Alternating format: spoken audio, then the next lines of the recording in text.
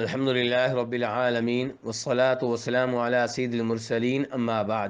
ایک بھائی اس درود کے بارے میں سوال کرتے ہیں جسے درود تنجینا کہا جاتا ہے کہ اس کے بھی بہت سے فضائل ہیں اور ہمارے محلے میں بہت سے لوگ اس کا اہتمام بھی کرتے ہیں، ان کی حاجتیں بھی پوری ہوتی ہیں۔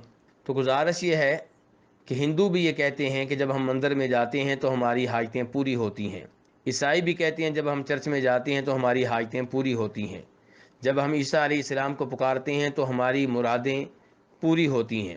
تو یہ سب شیطانی دھوکہ ہے اور اس کا حقیقت سے کوئی تعلق اور واسطہ نہیں ہے۔ صحیح بات یہ ہے کہ مصیبت کے اوقات میں ایک اللہ کو پکارا جائے جس اللہ کو انبیاء کرام علیہم الصلوۃ والسلام پکارتے رہے۔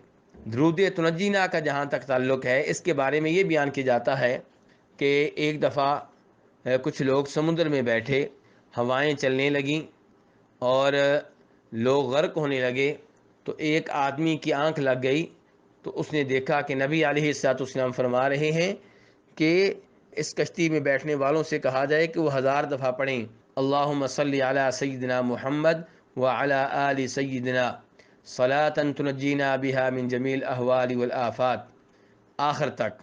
تو یہ جو درود ہے اس کے بارے میں دعویٰ کیا گیا ہے کہ یہ آپ نے خواب میں بتایا تھا۔ یاد رہے کہ دین جو ہے وہ ہمارے خوابوں سے ثابت نہیں ہوگا۔ جو بھی آدمی اٹھے یہ دعویٰ کر دے کہ میرے خواب میں نبی علیہ الصلوۃ والسلام آئے تھے اور آپ نے دین کی یہ بات بتائی تھی یا اس کام سے روکا تھا، اس انداز سے دین ثابت نہیں ہوتا۔ دین جو ہے وہ قرآن پاک کا نام ہے اور نبی علیہ الصلوۃ والسلام کی ان حدیث کا نام ہے جو آپ سے ثابت ہیں۔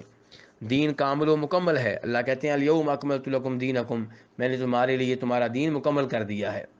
تو یہ درود تنجینا کے بارے میں یہ دعویٰ کرنا کہ یہ آپ علیہ السلام نے بتایا ہے، یہ دعویٰ حقائق کے خلاف ہے، اور ہمارے لیے قرآن و حدیث میں جو کچھ ہے اسی میں کفایت ہے، وہی ہمارے لیے کافی ہے۔